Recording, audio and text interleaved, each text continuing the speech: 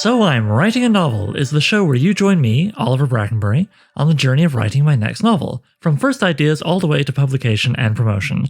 In this one-man reality show, I'll share with you my ever-evolving thoughts and feelings on how I write, being a writer, and everything that entails at each stage of the process. I'll also answer listener questions, and sometimes interview special guests. If you're the kind of person who likes to learn how things are made and get to know the people making them, then this is the show for you.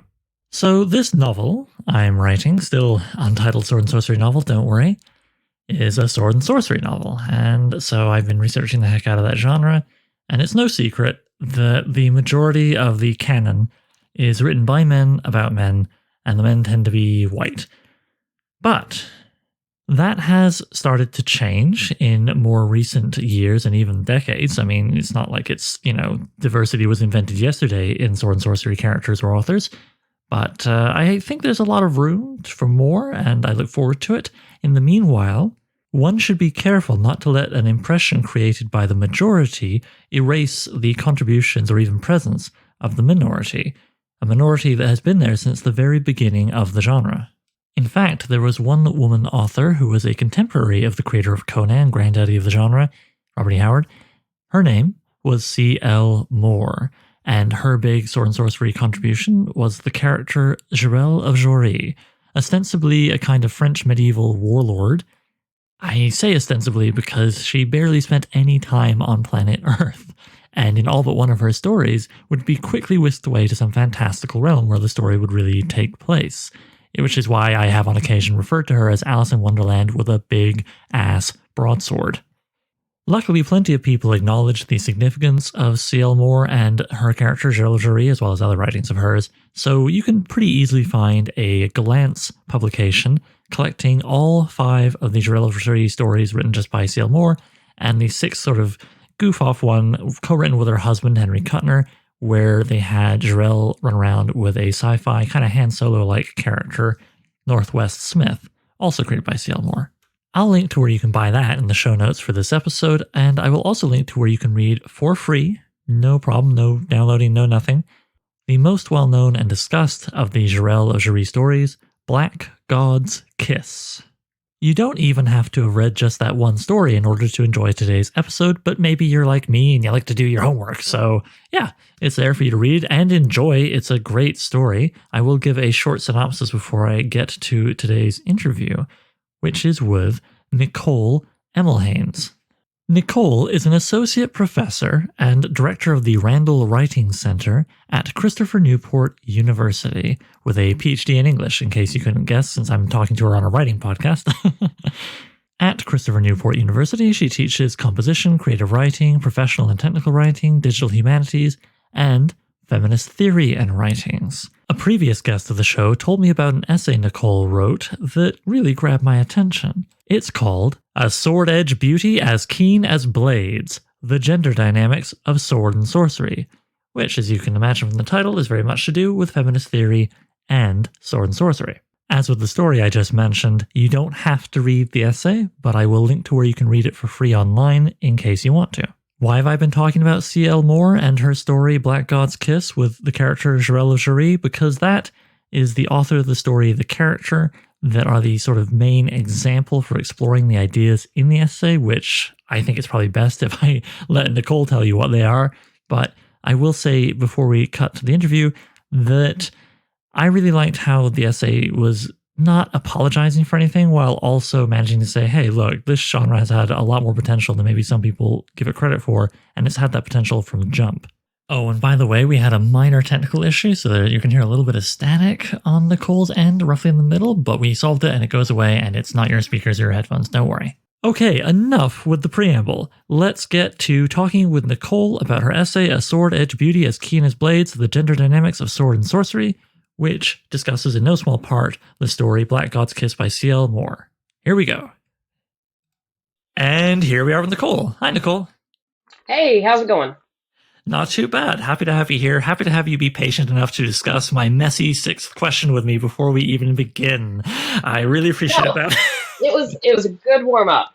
Yeah, got us going here. So let's get to know you a little better, Nicole. What's been your personal history with sword and sorcery? Where did that start roughly? So I remember watching the Conan the Barbarian movie, right? The old Schwarzenegger film, with my family. And then when I was a little bit older, I remember watching the animated Conan the Adventurer. And I loved this stuff.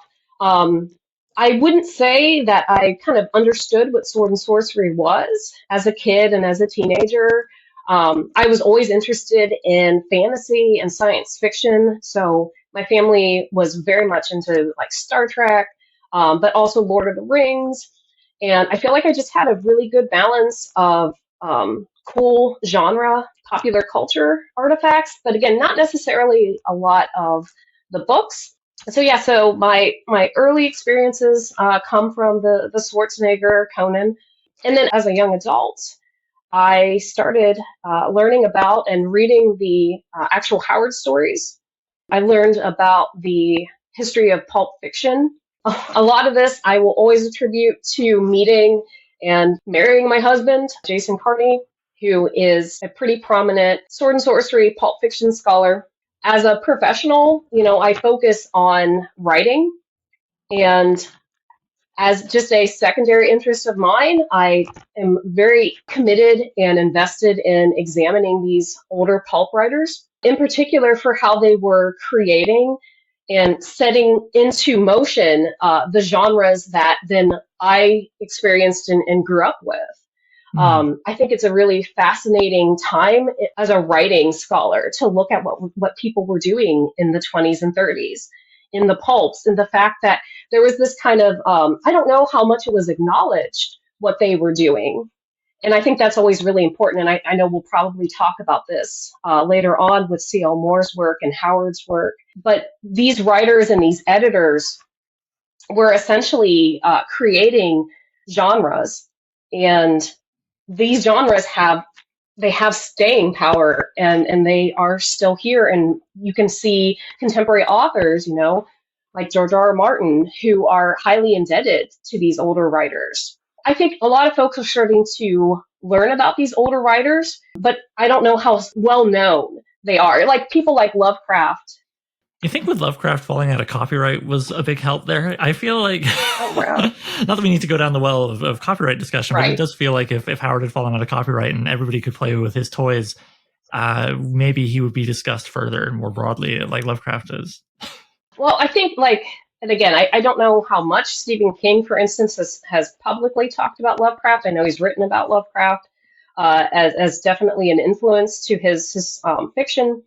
So I'm wondering if just Stephen King being so ubiquitous, right, can point to Lovecraft and go, okay, he was an influence. And also just in some ways, like Lovecraft, when it comes to video games and other kinds of pop culture, like cosmic horror, has really become something that a lot of folks know what it is, even if they don't necessarily like it, right? Where sword and sorcery, I feel like, and again, a lot of this might be probably because of Schwarzenegger's Conan, it's like gotten a particular reputation because of the films, the 82 film in particular, right? Where people might see it as this just overly masculinist performance that can be a little bit maybe distasteful and a turnoff for some folks.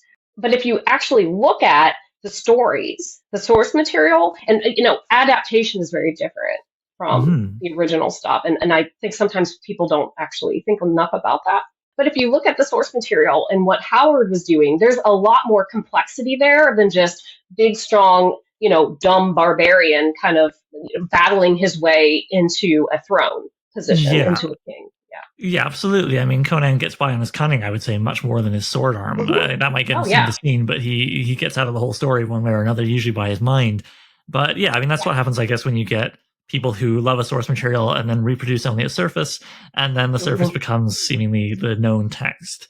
And apologies to anyone who's going to get mad at me online about this, but I always think of Zack Snyder when I think of that, and his Watchmen adaptation, which looked beautiful, but didn't seem to engage very much with any of the ideas underneath the work. No. I'm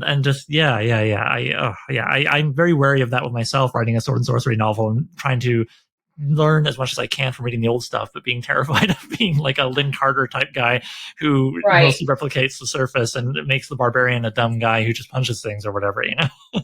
But yeah, I think a lot of folks came to Conan originally through the Lancer reprints. But I would say a lot more people also came to Conan in the, 82 film. And Yeah. I think that what might have reaffirmed a very shallow interpretation of the genre was the fact that Schwarzenegger at the time still was learning English. Yeah. So his acting might have been a little bit surface because he was still trying to figure out, how to speak in English. Oh, potentially, yeah. I mean, I think as much Yeah. as honestly, I do love that movie. I've rewatched it in recent years to be like, does it hold up, or was I just 12 when I watched it? You know, and yeah, I think it still holds up pretty well. I think maybe the thing is, it did big numbers, money and bums and Yes. seats, and then you get the glut of terrible films that came afterward. Oh yeah. And just yeah. But anyway, we can talk about that all day long. What I'm going to get to is what inspired you to write this essay, which, if I know correctly, this was 2016 for Skelos magazine? Yes, and I started writing this. So the essay is called A Sword Edge Beauty as Keen as Blades, the Gender Dynamics of Sword-and-Sorcery. So I started thinking about this idea probably in 2014, 2015. It fundamentally comes out of these earlier experiences that I was talking about, where, again, like I was watching the Schwarzenegger Conan, I was watching the animated series, and, in the Schwarzenegger movie, there is an adaptation of the character Valeria, and then in the Conan the Adventurer, there was the character of Jasmine, right? So there are these strong characters, and then as I'm later on, as a young adult, and I'm reading Howard's work, there are certainly examples of very one-dimensional flat women in some of the stories, but there are many examples of strong women, like Belit, for instance, Yasmela from Black Colossus. So I started looking at just what was actually in the original stories, and it got me thinking about like what was Howard really wanting to do, and even the character of Conan himself.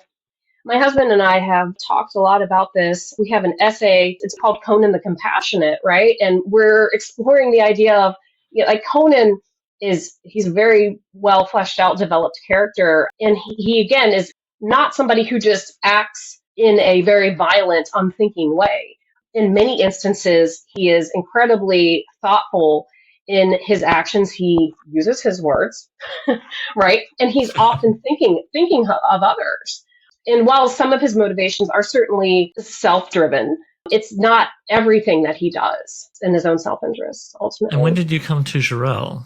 So I hadn't read more until I had already read a lot of Howard's work, right? And so I was just exploring, like, okay, well, who else was publishing, mainly in Weird Tales. So that's the journal I tend to focus the most on, just because I think as a platform, and their whole allowances for, okay, let's publish the work that doesn't already have a niche market for it, right? Like they wanted to be this market that allowed this fiction that didn't fit into a specific category. So that, the concept of like the weird fiction then I think was really an umbrella term that allowed authors to have like a playground, as it were, in their writing options. And then they could explore ideas in ways that, a specific magazine that only would publish detective fiction or romance or Western, like they couldn't fit it into that market. So, hey, let's combine some of these genres and ideas and play around with them. And, maybe Weird Tales is the market I go to instead. Yeah, like historical fiction with some wizards and whatnot sprinkled on top, which is kind of the way Sword and Sorcery gets described a lot. Right. Although, funny enough, I often think of Alice in Wonderland when I read the Jirel Jury stories because of how often the story starts with her in our plane, but very quickly she's elsewhere, having adventures somewhere, some other region, some other space, for most of the story. Oh, yeah, not obviously not like a gateway fantasy, but kind of, right? So yeah, so I came to see Albor's work from that perspective, and I was really interested in looking at, well, so how were writers writing in the pulps? And that's when I came across, Howard and Lovecraft's letters, for instance. But Lovecraft and Howard were also writing to many of the other authors in Weird Tales, and C.L. Moore was one of them. And she was very much interested in what they were writing.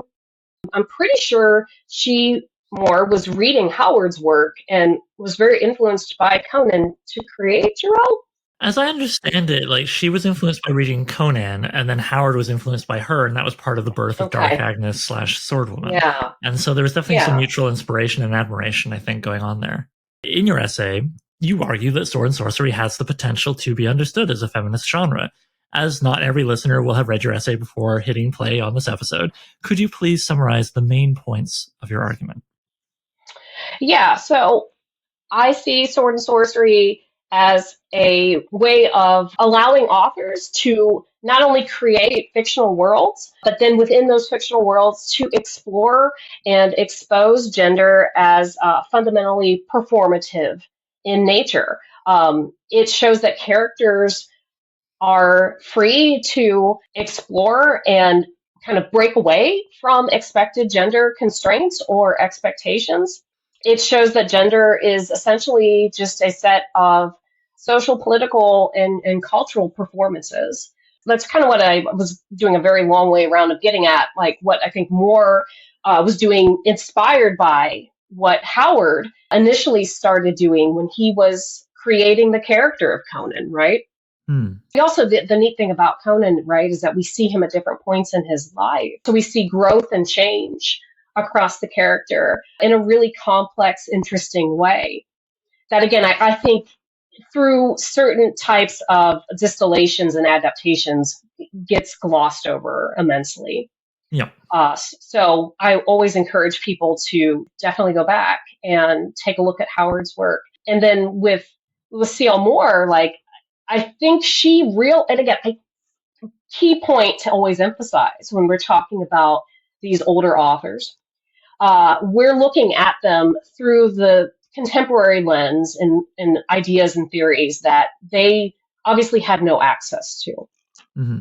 So I'm speculating on what I think they might have been doing. I don't ever claim that they were deliberately doing these things, right? Like, this is all through the lens of contemporary interpretation now. But there has to be something, like, I can't help but imagine that there was something there. Moore was reading the Conan stories. She was reading Howard's work. She was getting to correspond with him and getting to correspond with the other major authors from Weird Tales. And so they all were talking to one another, where they were having conversations, and they were essentially setting the expectations for the genres that they were creating and writing in. And it was based on the conversations that they were having with one another. And there is something inherently flexible about sword and sorcery that was allowing for somebody like Moore to come in and take a female character and explore, all these various aspects of her character. She was involved in these communities. She was reading these stories from different authors. She was getting to correspond with the authors and hear, more about what they were thinking.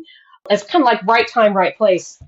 And we get not only this amazing character of Jirel, but we get this fantastic genre that we can still use today as authors and creators to explore things like gender and sexuality in some really compelling ways. Yeah, I agree. I mean, I think sword and sorcery's definition, which Lord help us, we will not get into today, because there's a conversation that keeps coming around and around and around, although I am a big fan of Brian Murphy's definition, if only because it is somewhat elastic.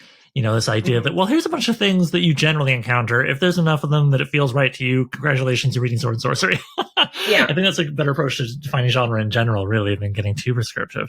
But yeah, within those elastic boundaries, you can do so much.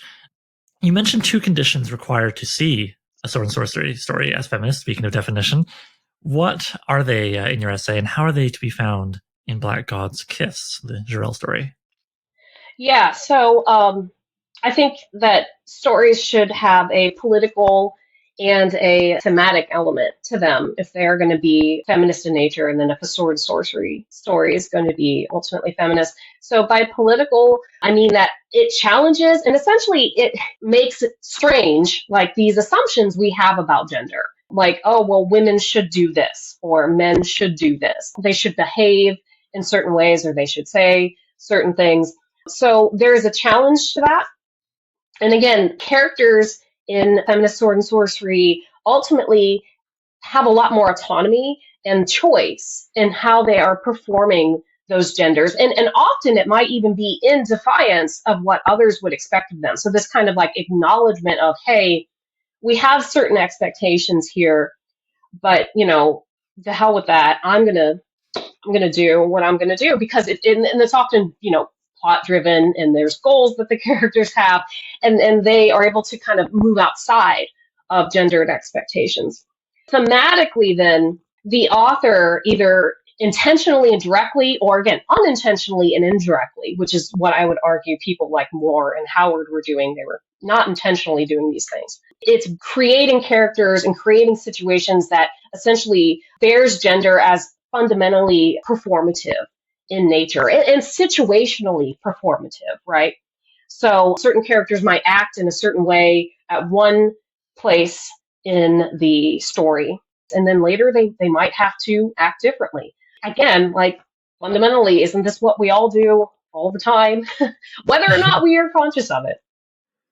So it's showing that gender is just a series of social constructions that are just, building on one another. And in the Black God's Kiss in particular, you see at the beginning of the story where Jirel, and I'm going to pronounce his name as William, right? Because I do not do French.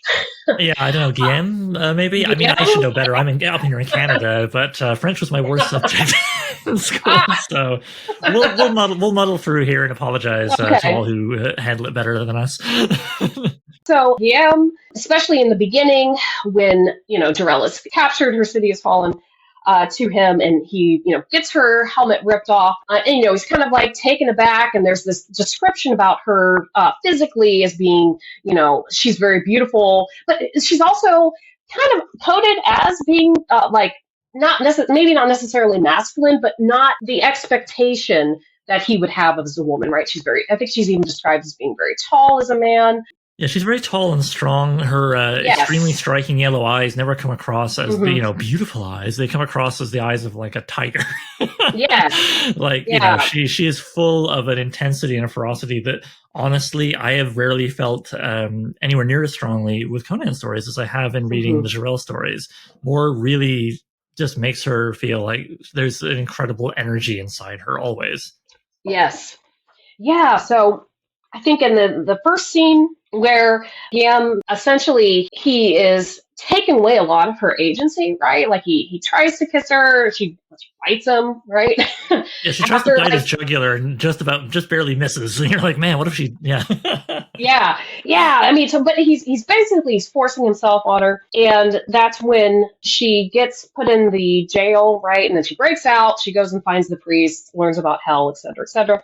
So getting back to what I was saying, the way that the characters in Black God's Kiss are presented initially, I think that we're seeing kind of this like tension and playing around with, okay, well, here's what you might think is going to happen, but we're going to turn this on its head eventually. So the initial descriptions of Guillaume when he's seeing Jirel for the first time: wild, red hair tousled, wild lion, yellow eyes ablaze. She was tall as most men and as savage as the wildest of them. And the fall of Jory was bitter enough to break her heart as she stood snarling curses up at her tall conqueror. The face above her mail might not have been a fair in a woman's headdress, but in the steel setting of her armor, it had a biting, sword-edged beauty as keen as the flash of blades. Yeah, and then she's also described as being very defiant. And yeah, the yellow eyes are constantly talked about as being very full of fury and fire. Yeah, and in fact, after Guillaume kisses her, he describes it. He's like, it was like kissing a sword blade. Like, there's no talk of like, this is not a soft, plump lips for his pleasure. Like, no. But even even Yam, he is described in ways like, okay, so he's described as he has this mighty sword that he's leaning on. He's grinning down from her because he's slightly above her physically in space. He was described as a big man, and he looked even bigger in the armor he was wearing. There was blood on his hard, scarred face, and he was grinning a white grin that split his short, curly beard glitteringly. And then he's also described as being very splendid and very dangerous. So even though I don't think the descriptions are as strongly conflicted, there is some kind of like ambiguity in some ways about even how he is, right? To describe somebody, especially a male character in this position of power that he's in at the beginning, as glitteringly and also very splendid. I thought that was interesting descriptor choices for more to use. So she's setting up both of these characters, Jirel a little bit more clearly ambiguous, but even with Yam, it's suggested, that maybe there's some flexibility in how he would perform his gender as well. Though we don't get enough of his character to really see if that's the case or not. So on page... Sorry, I feel like I could dig on what you just said for the rest of the hour, but I really want to make sure we cover some other stuff that you've got going on here. And on page 2 of your essay, you say you do not believe that this take of sword and sorcery, right, as a feminist genre, only works in tales with female protagonists. Could you maybe tell us briefly how it might be applied to any of the tales written by men with male protagonists, either one of the ones you name in the essay or something else? Yeah, so I will always come back to Howard's work with the character of Conan. The true character of Conan, as I've already talked a little bit about, is much more complex and developed than maybe some later instantiations and adaptations of the character or of similar barbarian characters might lead audiences to believe, right? For me, like one of the best examples is in Tower of the Elephant, which again, initially Conan wants to break into the tower to get the riches, right? But he comes across this elder god, Yag Kosha, right? This elephantine god who has been trapped. And he feels pity for this god, right? I mean, initially fear, but realizes that there is a deep intelligence there, maybe even more intelligent than what man is capable of. And to see him in that state, he is a very compassionate character in that moment. Another great example from Howard's work with Conan is the novella Red Nails, right, where they go into the city, and I am not even going to begin to try to pronounce the names of the cities and the people. But, these two warring factions in this ancient city, and it's Valeria with him in that story.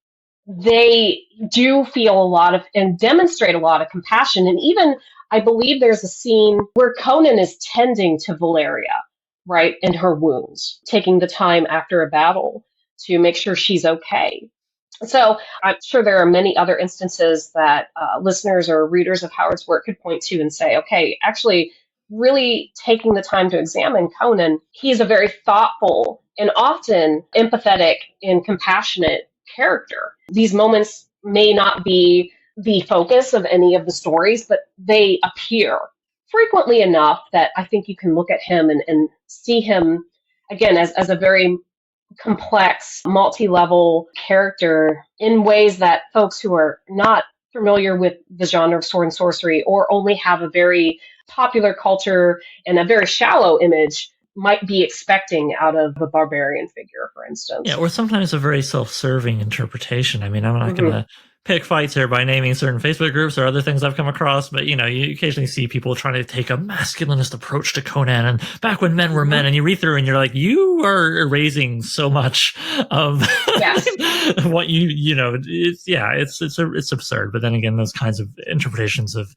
fiction and history tend to be pretty absurd. I mean, and Conan still is a physically very strong character even when he's older. So this is maybe some of the feminist potential in the male characters as well, right? That we're talking about here, and I really like that a lot. I think also those moments of compassion produce a satisfying contrast also with the moments where he's splitting a dude in half with an axe or whatever the heck. Going all the way back to old Jirel or Jirel here, what's kind of neat is that Jirel's body is the vessel for her victory over Guillaume, right? And not in the sense that you might expect, where she picks up a sword and cuts off his head, as fun as that would be for sure, but in the sense that she goes down into that underworld beneath her castle, the Wonderland, so to speak, right, and finds the weapon that will be his undoing, which is the kiss of the obsidian black statue, the black god's kiss. And she takes that with her kiss, takes it within her, and then gives it to him with a dark reflection of the involuntary kiss at the beginning. She voluntarily kisses him, and that's his undoing. I won't spoil exactly the description of it, but boy, is he undone by what she carried within her. And yeah, it's pretty cool. And I think about that, and I think about some of the stuff you have in your essay here about bodies. I always think of sword and sorcery as a very body-centric genre, in a whole variety of ways, which could easily fill up this whole hour unto itself. But, you mentioned about sexually marked bodies are a source of power in sword and sorcery, and later near the end, you talk about how this genre with its hypersexualized bodies makes the distinction between gender and sexuality quite clear. I guess I was just wondering, I don't know that I have a straight up question for this. I just am so fascinated by the body in sword and sorcery and the role it plays in this story in particular. Do you have any sort of ways you'd like would you like to maybe expand for our listeners, again, those who haven't necessarily read it, an essay on your thoughts on the body in sword and sorcery and its feminist potential? So yeah, the really interesting thing about bodies in sword and sorcery is that within the theoretical and scholarly conversations about feminism is that there has been discussion about how writing and the body are highly connected. And so you have the feminist theorist Helene Cixous, who discussed this quite a bit about the connection between our bodies and our lived bodily experiences, and how writing can help to enhance that, bring awareness to our bodies. And sword and sorcery as a genre, and sword and sorcery as a feminist genre, I think allows authors to explore that as well. And I think that this can be traced back to this long-held conversation / argument that Howard and Lovecraft had, which was about barbarism versus civilization. And, Howard came down on the side of barbarism and Lovecraft on the side of civilization. But within those two distinct areas of understanding, human experience, civilization and its luxuries and comforts that it affords can allow us to separate from our bodies in a much more kind of, I think, unintentional, maybe unrecognized way, where through Howard's understanding, the barbaristic elements of life allowed people and allow characters in sword and sorcery to be much more connected to the body, right? We are taken out of situations and comforts of life, and we have to be aware of our bodies, right? We are exposed to the elements. We are not given stable sources of food and shelter. So I think there is just, from that idea, a platform to explore bodies and what you do with them and how you experience situations in your life through the body. And so, yeah, it is really compelling to look at Jirel, which again, I believe she's restrained at the beginning of the story. Yeah, she's tied up, and two dudes are holding her arms, and they're still struggling with her because she's so tough. Right. But yeah, but even then, like, she, in that situation, it is very kind of physical, right? Mm-hmm. Like, okay, she's struggling, but she's being held back. This kiss is being forced upon her, and she chooses to go into that, other world, that underworld, hell, whatever you want to call it. And down there, from my memory of the descriptions that Moore has, it almost is disembodying, right? Like, there's points where she's having trouble, like, keeping her balance, or things feel like they're kind of getting almost like flip-flopped on her. So even there, like, physically, she's experiencing her body very differently than how she feels in the world above. And so, yeah, being able to transfer that kiss is just another way of using the body, of experiencing that moment and that situation from a very bodily perspective, right? She can't get away from it. She has to use her body to do this, which again is like, she feels very compelled, which in the moment where she's going up to the statue, right? I think it's even described as she has this compulsion to move forward, right? Like something is physically drawing her in, which, again, like put this in another setting, put this in like a more civilized setting, she would probably be in her head a lot more, thinking about things perhaps than just like, no, I'm doing this. My body is moving me here. I'm doing this and then I'm going back, right? Like she's allowing her body as this, well, I guess weapon wouldn't be a bad descriptor in this case, but she has to be very presently embodied in order for that final scene to happen. Well, yeah, and even as she's marching up to give him, this deadly kiss, she feels inside herself like, oh boy, this energy, this thing I've put in inside myself, this weapon, I gotta get it out. If it's in me too long, I'm gonna die instead. Yeah. And again, she takes this as communication from her body. There's no verbal conversation being had. There's not like a spirit talking with her or whatever. Yeah, it's all very much being in tune with her physical self. Yes. Yeah, absolutely. Which again, I just see the larger setting potential of sword and sorcery, of it bringing into question and kind of challenging performative expectations that might otherwise be tied to a certain gender. I see that as being a very like key element in order for, honestly, the plot to happen and unfold in the ways that it does in this particular story. Yeah. Now I'm going to be a little cheeky. In Black God's Kiss, we've actually been talking about it. I wrote my question not being sure precisely where we go, but whatever. I'm going to say this as if I don't know anything. In Black God's Kiss, Jirel, as we've been saying, transfers a kiss from a male god. The statue is, it's got one eye and it's weird, but it's definitely a fella, to a male villain. She's kind of almost like a mediator, really. And arguably, you could look at it as this tool of death is kind of a homosexual kiss. And this really jumped out at me. And I'd be curious to hear any thoughts you might have on that interpretation, or maybe even just the queering of sword and sorcery in general. I feel like it's not been explored before, obviously, but I feel like there's so much room for more exploration of queer identity in spaces within sword and sorcery. Well, and it's interesting that you read the god as being male, because when I read the story, I don't see a specific coding of the god itself.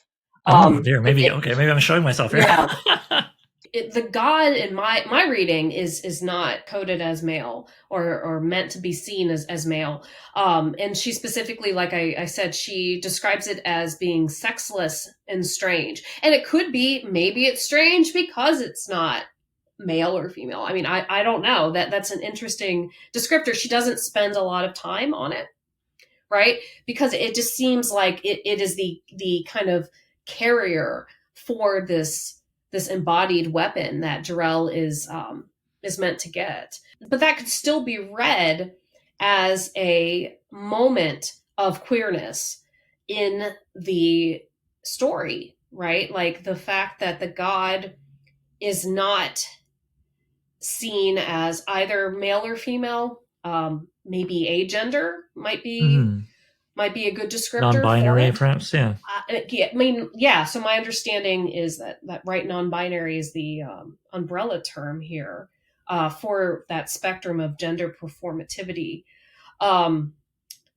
But what does it mean that the kiss comes from a source that has no gender?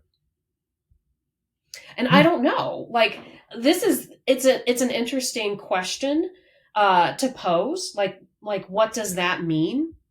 Because I think we're at the end of the story, that's where Jirel's apparent sexuality and implied attraction to Guillaume becomes apparent. But the fact that the kiss ultimately is coming from this either agendered or non-binary source, I mean, that's really compelling. It's something that I hadn't thought about until you brought up this question. And then I went back and actually looked at how the god was described in the story. So I don't know, because the kiss is obviously meant to be, it's not sexually influenced. even though maybe Jirel realizes after that there was something else there. And who knows, maybe it's like the fear of her attraction to the man is what ultimately compelled her, not so much that he was the conqueror, destroyer of her city. Well, better folk than me over on the Appendix N Book Club brought up the, Jeff Goad and Hoy and their guest Cora Buehler discussing that sort of thing at the last minute where all of a sudden she's like, wait, crap, do I like him? Yeah, right. That because it's only really mentioned after she takes the cursed kiss from the statue, not before. It's ambiguous, but it's left to be like, well, hang on, is this sort of a metaphorical thing for something that happens in life sometimes with people's messy relationships with those who abuse them? Or is this the curse for her? This attraction is kind of a curse given along with the weapon that will linger after she has used it.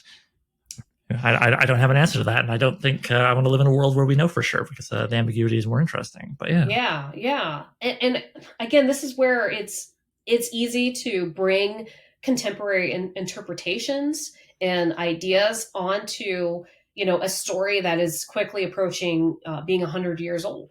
Yeah, and neither of us are the 23-year-old at the time, I believe, bank teller right. who wrote the damn thing, right? Yeah. Bless her. And also, by the way, big ups for being 23 years old and writing a story this well. Yes. I guess something I worried, actually, when I was writing a lot of my questions on the back end here, is that maybe I'm just kind of throwing stuff at you like, but what are the possibilities, man? And how can we extrapolate from this thing? But then that's the definition of an open question. Yes. Which again, okay, so let's take a look at this from a bigger perspective, right? Like, is there an inherent queerness to sword and sorcery? And yes, I mean, why not? Right. And even a larger sense about like weird fiction, I think just implies perhaps a queerness to it as well, in all the senses that we could apply to that word. Who it ultimately most stories I think do come down to looking at and questioning one's identity. And at some point, I think Jirel may have felt like her identity had the potential to be taken away from her, right? With the destruction of the city, because she's Jirel of Jory. So you move her out of that. Again, interestingly enough, right? Out of a implied civilized context, moving into the underworld / more barbaristic setting, right? She literally moves between the two. And all this I'm just now kind of piecing together because of your question here. And so in a way, like, the whole story is enacting larger framing questions that I think Howard was definitely bringing to the Conan stories that he was writing. So she's also exploring them. Moore is also exploring them in some really compelling and different ways than how Howard went about doing it. And was she essentially setting up an avenue to explore queerness? I mean, yeah, why not? And that's what I'm talking about with the genres and these early writers in them, as it's an understanding of their flexibleness, but also the writer's use of that flexible genre expectations and conventions. Yeah, and I just, I guess it's something that's been on my mind quite a bit lately because I love the genre and I want to see it have a third wave, after that second wave in the 60s and 70s. And not just for the selfish reasons of I want this book I'm working on to sell. I think it's definitely that feeling of like, there's something really cool here and I want more people to know about it and also to push it forward and evolve it. And I'm looking at my last couple of questions here and it's just like, yeah, I can see myself circling this idea. My next one was, you talk about cis male and female genders and bodies within the existing canon. What can you see for trans and or non-binary people and narratives in sword and sorcery? You use the phrase a feminist utopic space, right? But what might be, say, a trans utopic space within sword and sorcery? Because gender is, I think, again, I say this as a non-trans person, but as a cis fella, but like gender, I think, is so much more than performance for trans people, because if it was only a matter of performance, then there wouldn't be the issue for individuals of being told, you're X, and then being like, but inside I'm pretty sure I'm Y. Yeah. So yeah, like I feel, again, I've been dying. I've said this in other interviews. I've been dying to see or if there is one I'm unaware of, more trans sword and sorcery protagonists, because I just feel like it's such a rich genre for those characters and their themes and issues to explore, on account of the fact that a lot of the cornerstones of the genre, going back to the very beginning here with Howard, are that they tend to be outsiders. They tend to have very distinct identities that allow them to succeed because of their identity, not in spite of it. And frequently their outside forces, often civilized forces, quote unquote, telling them, this is who you are. And the character will respond and often triumph by saying, no, I tell you who I am, not you. And Jirel even is rendered an outsider at the very beginning of the story, in the sense that she is now the conquered. She is now the minority. All her men have been slaughtered. Right. And now Guillaume runs the show with his fellows. And then, I feel like there's something really there in the fact that this genre, it does have women, and very few, but some people of color in its authorship as well as its characters, going right back to the beginning. And I've never wished to erase that history. But it is a genre dominated on the page and behind the typewriter, so to speak, by white cis men. That has been changing in recent decades. Yes. And there's been great work done on the page by, amongst others, white cis men as well. But, I want to see it go further. I want to see it go bigger. I want to see more people coming to it who maybe have not felt welcome before. I want to see more creators coming into it and going, hey, man, we can do some stuff within here. These tools that are already here could be used to craft such wonderful new stuff. So maybe I have a catch-all back end here for you of like, what do you see as someone who has studied the genre, who enjoys it, who has a partner, presumably, who discusses it with you, maybe even more than you want sometimes, who knows? It's in the air, I guess, is my point with you. What do you see in terms of the potential for bringing in, for expanding the feminist space, and for bringing in and expanding, say, trans and non-binary spaces, and just making this thing along lines of gender and sexuality a more welcoming, more creative space to then allow it to survive and thrive moving forward? What are your thoughts on that tiny little succinct question? Well, not to sound like a broken record here, but I think there should just be an acknowledgement, again, that this is a genre that from its foundation, with folks like Howard and more, is setting up writers to explore questions of identity and gender and sexuality in really interesting and nuanced ways. And I think it's important to, again, not saying that he was intentional in this, but that Howard had a character. Well, this isn't technically sword and sorcery. I think we can look at Dark Agnes, also known as Sword Woman, who I think, he was writing this character a little later in his life. He only had two full stories in the beginning of a third, or was it 3 full stories in the beginning of a fourth? Yeah, it was. I think it was like 3 and a fraction. I read them a while ago, but true. She's more historical fiction. There's no fantastical elements that I recall. I would assume. I felt like when I read the Sword Woman stories, I was like, this could have gone in a sword and sorcery direction at any point. But I still like to look at Howard's creation of this character and talk about it within the realm of sword and sorcery, because this character in particular, I think we could look at her today and say, I'm using, she, her pronouns, but maybe they, there is more appropriate as a non-binary figure, right? Like somebody who realizes that there are certain gendered expectations on her. She takes action to release herself from those constraints. And she even declares, and this is a paraphrase from the first story, I am not a woman, I will live as a man.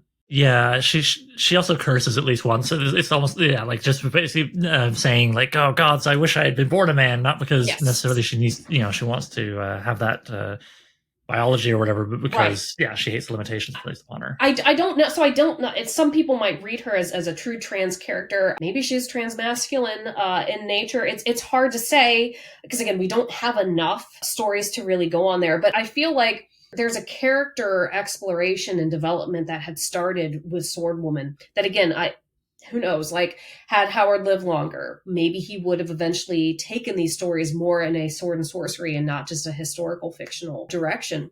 But I think that's it's an interesting character that Howard also developed to take a look at, right? Because she, to me, seems very much coded as a non-binary figure. And I think that we can say, okay, there is room in sword and sorcery for any person on the gender spectrum to be developed and rendered faithfully in interesting ways, right? Like it's all about representation ultimately. And I also say this as a cishet individual, so I can't speak for others, but I can say, hey, based on my understanding of what this genre allows folks to do and explore, know that this is a space where you too can come in and use it to write characters and explore plots that might be more representative to lived experiences that you have had. And honestly, like, we need more characters and more stories like that, just because it's just so interesting to hear from different perspectives and see different types of characters that, like there are only 7 or 8 actual plots that you can have in fiction. But so let's see how other folks might deal with them and how might they play out through these different perspectives. And yeah, I think that sword and sorcery is a really fantastic genre to do that, because again, it's a second world setting. And when you take ideas from this world and apply them to secondary worlds, we can critique them and we can discuss them and talk about them in ways that we have a little bit more maybe comfort and flexibility of doing that. Then sometimes we might feel like we don't have those same options when we're looking at specific real examples from our own lives. So it gives us an outlet to explore and talk about these very important issues. I don't want, I know safe space has become a very troubled phrase, but maybe it is ultimately a safe space. I think fiction, I'm fine with that phrase. I mean, people who want to use it in bad faith and weaponize it can, as I say, go be goblins wherever they want to be goblins. I think it's a perfectly legit way of describing it. And even before it became quote unquote politicized or whatever, I would say maybe you might use a slightly different way of describing it, but we've always thought of fiction as a safe place to experiment and explore with ideas and describe things that maybe we have trouble in, like conversation with, peers or whatever. It's a place for exploration and growing of empathy. And so with sword and sorcery, like I say, the stuff about the outsider thing, people succeeding because of their identity, not in spite of it. Also, the whole being rooted in the body thing, I'm thinking about how a lot of the really great recent trans narratives have been in the horror genre. I just read a great novel, and of course, I can't remember the name. Listener, I'll put it in the show notes because you should read it. It's great. That's basically kind of a zombie apocalypse where the zombies are people whose testosterone levels are over a certain level, trigger this disease that turns them into slavery murder beasts, basically. And the narrative follows 2 trans women who have to be very careful to, in this post-apocalypse where, things are much trickier to get a hold of in general, particularly medical supplies, maintain their body's estrogen and testosterone levels at such a state that they will not become victim to the disease. As much as they have to worry also about militant fascist TERFs and the zombie men charging around.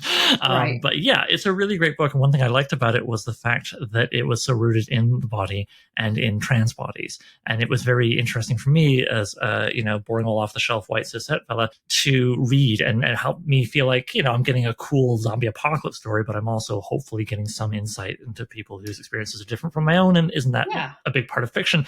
And so we think about sword and sorcery and it's rooting in the body. It's being rooted in the body. And I wonder what possibilities are there. And I'm sitting here, I feel so often thinking, please, people different than me, come into this and write your stories through the genre, because I don't feel qualified to even explain to you the full breadth of its possibilities. Right. Yeah. Yeah. And again, like, this is not the lived experiences that you or I have had. So we may not be the best people, and we probably aren't the best people to develop these types of characters. And I guess that the only thing that I'd want to reemphasize is that this is not a one-dimensional genre with just, big, strong male barbarian smash things, right? Like, there's a lot of depth here. There is a lot of compassion in these worlds. What is it? like home and hearth. There's like a movement too for like comfort. Cozy fantasy, are we referring to? Yeah, I think maybe that's it. Cozy fantasy. Funny enough, the interview that will be going up right before this one is with Nat Webb, who's publishing Wengraph, his cozy fantasy magazine. So, yes. Right? So there's definitely, so even Sword and Sorcery now has become a kind of umbrella genre, and there are subgenres to it where you can explore. And so yeah, fundamentally, while there are certainly genres that have very straightforward and set expectations for, if you want to write, in this genre, you need to do these things. Sword and Sorcery, I think, from its inception has been incredibly malleable and flexible, and know that it's a space to just play and explore. And so I hope that more folks who have interesting stories to tell can come to it and use it to explore those stories. Okay, I feel like I would love to just talk with you for the rest of the day, but at some point these things must end. Right. So, are there any other Sword and Sorcery tales, characters, authors along the lines of what we discussed today that you feel strongly people should go check out? They can be contemporary, they can be classic. It's all good. What's really set your heart aflame in terms of your reading in the last year or two, let's say? And this is going to sound awful, and I feel really bad about this. I read mostly science fiction right now. That's okay. I've been reading so much contemporary science fiction. So I've been reading Adrian Tchaikovsky's Children of Time. The most recent, though I don't think he considers his work Sword and Sorcery, from what I understand, Scott Lynch's The Lies of Locke Lamora, right? Though again, I don't know how much he's exploring specific gender performativity in there. Definitely not in the ways that we talked about today. They were for me, they were pretty enjoyable. So I don't know if it would sync up with. Honestly, don't worry about it. It's this is what you've been enjoying lately. I was curious. It's all good. Yeah. Yeah. Do you have any online presence or other publications you'd like to direct listeners to, or would you rather that they leave me alone? Well, I just don't do social media much anymore. So, and really publication wise if you're not part of the Whetstone Discord, a plug for that, right? Mm-hmm. Because it is a really vibrant community that has just all kinds of discussions. I can't even begin to summarize them.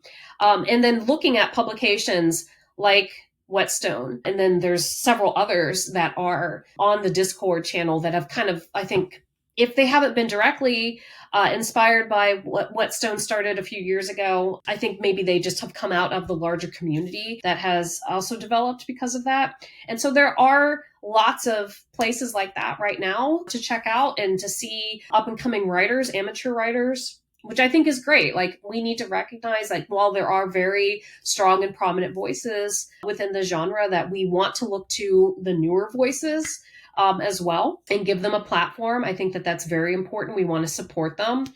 Giving reviews and talking about their work is always great. And if you're interested in seeing scholarship, or perhaps even submitting scholarship for publication. So I am one of the co-editors of The Dark Man, a journal of Robert E. Howard and pulp studies. And we're always interested in hearing from folks who, either academic or not, who want to talk about not just Howard's work, but then the larger pulp fiction work as well. So, and there are conversations in there. There's an independent scholar named Karen Kahutik we've published some essays of hers about women in Sword and Sorcery. So you could definitely check those out. Sounds great. Thank you. I'll link to those in the show notes, listener. So thank you for being generous with your time, for navigating an interviewer who was not sure about one of his questions and the technical troubles we've had. I feel like we've had our own little adventure, but it was one worth going on. Thank you so much for your time, Nicole. Yeah. Thanks for having me. So I'm Writing a Novel features original music by Gloria Guns and is hosted by yours truly, Oliver Brackenbury. If you'd like to submit a question, then please email it to soimwritinganovel@gmail.com. Bonus points if you record yourself and send me an MP3 I can cut into the show. Doesn't have to be fancy. Using your phone is fine. Just keep it clear and concise. You can also holler at the show on Twitter. Look for @so_writing. That's @so_writing. Please consider sharing the show with anybody who might like it, leaving a review on Apple Podcasts, and checking out patreon.com/soimwritinganovel. Patrons get to be thanked in the final novel, listen to episodes of the podcast a week early, and even enjoy an exclusive bonus podcast called So I Wrote a Novel, where I read and comment on chapters of previous works, starting with my first novel, Junkyard Leopard. Thanks for hanging out with me, and Nicole, and I'll see you soon.